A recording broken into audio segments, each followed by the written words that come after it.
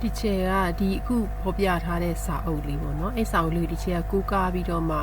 နော် translate လုပ်ပြီးတော့မှ chapter 14ခုဒီချေကတင်ပေးနေတာနော်အဲ့မှာအခု EJU 7 2026ကနော်အခုဒီချေလုပ်ပေးနေတဲ့ဒီ revised version ဒီစာအုပ်2024 revised version လေးနဲ့နော်ကွာခြားမှုရှိလားဆိုတာကိုဆွေးနွေးပေးမယ်နော်အဲ့တော့မကွာခြားပါဘူးနော်ဒါလေးကဒီချေရဲ့ဒီ revised version တဲ့စာအုပ်တဲ့ chapter လေးတွေเนาะဒီမှာ chapter 14ခုရှိတယ်เนาะအဲ့ chapter 14ခုကိုအခုဒီ EJU ရဲ့2026 syllabus ထဲမှာเนาะသူကเนาะ portion လေးကဟိုဘက်ဒီဘက်လေးရွှေ့သွားတာလေเนาะဘယ်အပိုင်းကပေါ့ပြီးဘယ်အပိုင်းကလေးသွားတာအဲ့လိုလေးရောနည်းနည်းကွာသွားမယ်เนาะဒီချေလုတ်ပေးထားတဲ့ဒီ chapter 14ခုလုံးရဲ့เนาะရှင်းလင်းချက်တွေကဒီ2026မှာပဲအကျုံးဝင်နေပါတယ်เนาะအဲ့တော့ဒီမှာဒီချက်ကပြထားမယ်เนาะအခုဒီ slide လေးမှာဆိုရင်เนาะဒီချက်ဆွေးနွေးပေးနေတဲ့เนาะအပိုင်းကိုဒီချက်ကဒီမှာ handwriting လေးနဲ့ရေးထားပေးတယ်เนาะဒီဘက်ကစာသား typing เนาะ typing လေးနဲ့ဟာကြတော့ EJU 2026ရဲ့ syllabus ထဲရပေါ့เนาะအခုဒီမှာဆိုရင်เนาะဒီချက်ဆွေးနွေးပေးနေတဲ့ chapter 1เนาะ composition of matter လေးကเนาะဒီ2026 syllabus ထဲမှာဆိုရင် composition of matter and constituent element ဆိုတဲ့အောက်မှာပါတယ်เนาะဒီအောက်ကဟာဒီအကုန်လုံးကဒီ chapter 1ထဲမှာပါတယ်เนาะ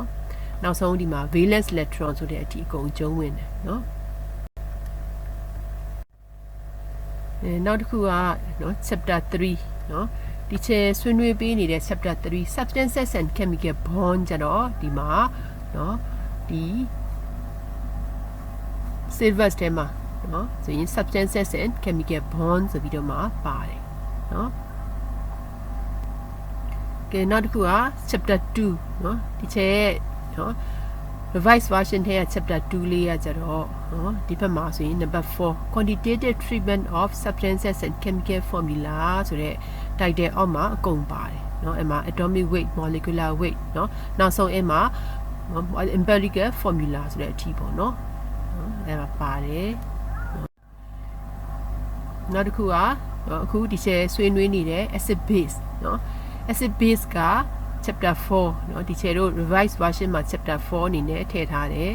เนาะဒီဘက် EJU syllabus မှာတော့သူက acid and bases เนาะနောက်တစ်ခုက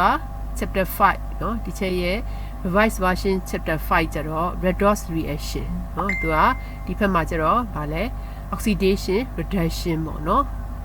2026 syllabus မှာကျတော့ oxidation reduction လို့ねเนาะထည့်ထားတယ်เนาะနောက်ဒီချက်ရဲ့ဒီ revised version မှာ chapter 6เนาะ change of state of matter ကျတော့ဒီเนาะ2026 syllabus မှာ change of state ရဲ့ properties of gases ရဲ့ဆိုပြီးတော့မှပါတယ်เนาะနောက်တစ်ခုက chapter 7เนาะ revised version ရဲ့ chapter 7เนาะ solution chapter ကျတော့เนาะ2026 syllabus မှာ solubility equilibrium နဲ့ properties of solution เนาะ title ထဲမှာပါတယ်เนาะဒီမှာ tensor effect Brownian motion အထိပေါ့เนาะအကုန်လုံးပါတယ်เนาะနောက်เนาะဒီချက်တို့ chapter 3မှာเนาะ substances and chemical bonds ထဲမှာထည့်ပြီးတော့ဆွေးနွေးသွားတဲ့ revised version ထဲကเนาะဒီ body center တို့ fit center cupid တို့အဲ့ဒါတွေကြတော့အခုဒီเนาะ2026မှာကျတော့ structure of solid ဆိုတဲ့เนาะ title အောက်မှာလာထည့်ထားတယ်เนาะနောက် revised version ရဲ့ chapter 8 heat of reaction and the thermochemical reaction ကြတော့เนาะဒီ2026မှာ chemical reaction and energy ဆိုတဲ့အောက်မှာပါတယ်အဲ့မှာ enthalpy တို့เนาะexothermic endothermic เนาะ Hess law ဒါတွေပေါ့เนาะနောက်ဒီ chapter 5เนาะ revised version chapter 5 redox reaction chapter ကြတော့เนาะဒီ2026မှာ electric cell ရဲ့ electrolysis ရဲ့เนาะ Faraday's law တို့เนาะ fuel cell တို့ပေါ့เนาะNow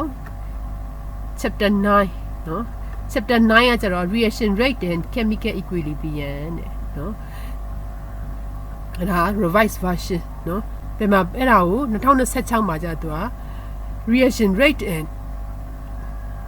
chemical equilibrium နောက်တစ်ခုက electrolyte dissociation equilibrium ဆိုတဲ့ title နဲ့ပါတယ်နော် reaction rate တို့ rate constant တို့နော်နောက်ဆုံး buffer solution တို့နော်နောက်တစ်ခုကခြေတို့နော် revised version ရဲ့ chapter 10နော် chapter 10က non metallic element and their compounds နော်အဲ့ဒါကြတော့ဒီ2026မှာ inorganic subset title အောက်မှာပါတယ်နော်နောက် revised version chapter 11နော် metallic elements and their compounds ကြတော့ transition elements တွေပေါ့နော်အဲ့တော့ဒီ inorganic chemistry တစ်ခုလုံးကသူက chapter 10 11နော်ဒီမှာဆိုရင် separation of analysis and metallic elements ဒါလည်း chapter 11ထဲမှာပဲအကျုံးဝင်နေတယ်နော်နော်ဒီချေတို့နော် revised version မှာ chapter 12အနေနဲ့ရှင်းသွားမယ့်ဟာကြတော့နော်ဒီ2026မှာ aliphatic hydrocarbon နော်နော် aliphatic compounds with functional group အဲ့ title အောက်မှာပါတယ်နော်နောက် chapter 13နော် aromatic compound နော်သူကကြတော့နော်ဒီ2026မှာလည်းသူ aromatic compound ဆိုတဲ့ title အောက်မှာပဲပါတယ်နော်နောက်တစ်ခုက chapter 14နော် revised version မှာ chapter 14နော် polymer compound နော်သူကကြတော့ဒီ2026မှာ organic compounds and our daily life ဆိုပြီးတော့မှပါတယ်နော်ဟောဒီချက်ထင်တာတော့တိတ်ပြီးတော့မှပြောင်းလဲမှုတော့မရှိသွားဘူးဒါပေမဲ့ဒီနော် organic compounds and our daily life ဆိုချာတော့နည်းနည်းပို့ပြီးတော့မှလေးလာတဲ့သဘောတော့ရှိတယ်နော်အရင် polymer compound ထက်ဆိုင်သူကလေးလာတဲ့သဘောတော့ရှိတယ်နော်အဲ့တော့အရင် polymer compound မှာလည်းပဲဒီ protein တွေပါတယ် monosaccharide တွေ disaccharide တွေပါတယ် cellulose တွေပါတာပဲနော်